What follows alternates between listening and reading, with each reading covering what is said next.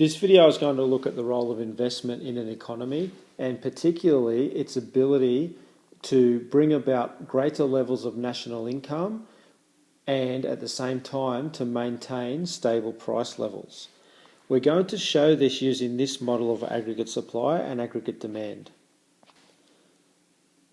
If you are used to your aggregate supply and aggregate demand curves looking like this, you should go and watch the videos about the alternative aggregate supply curve and the alternative aggregate demand curve. Those videos will explain this model if you're not sure how it works. In this economy, we have level of aggregate supply and a level of aggregate demand equal to AD1. This creates an equilibrium level of national income at NY1 and an equilibrium price level of P1.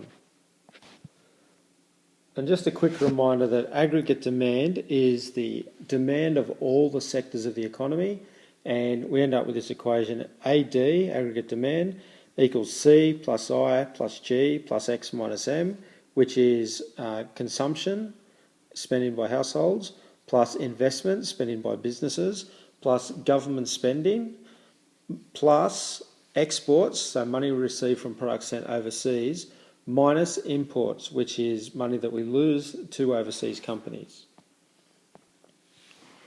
An increase in aggregate demand will lead in a shift of the aggregate demand curve to the right.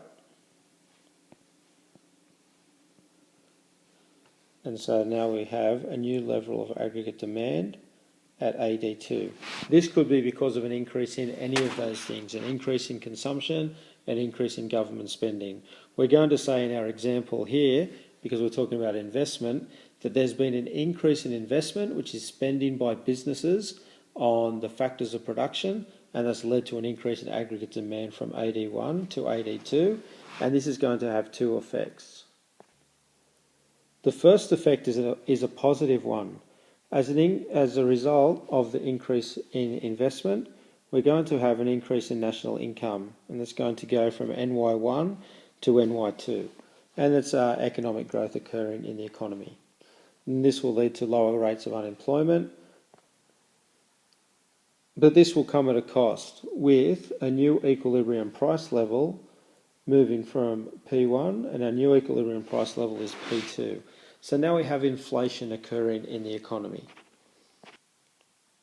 Now, this model of the economy recognises that the total supply of the economy can change over time. There can be an increase in the total amounts of goods and services which the economy produces.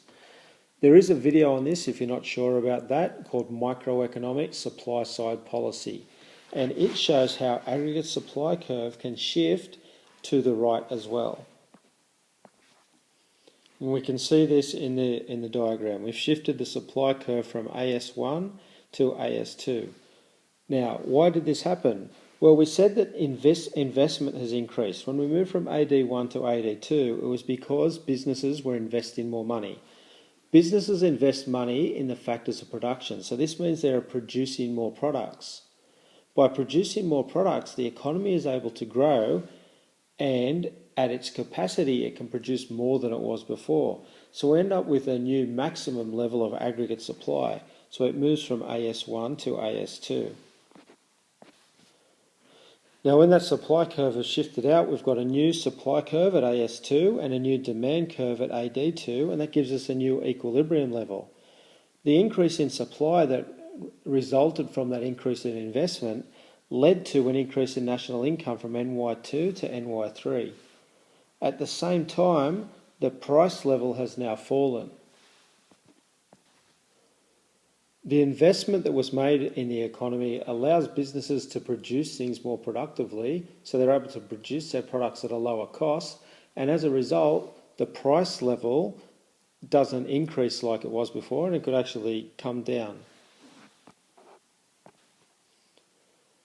So the effect of investment on an economy is very important. It's able to do something which most other things in the economy can't do. It's able to bring about economic growth as we increase our national income from NY1 through to NY3, But it was able to do this without leading to an increase in the price level, which often happens when we have an increase in aggregate demand.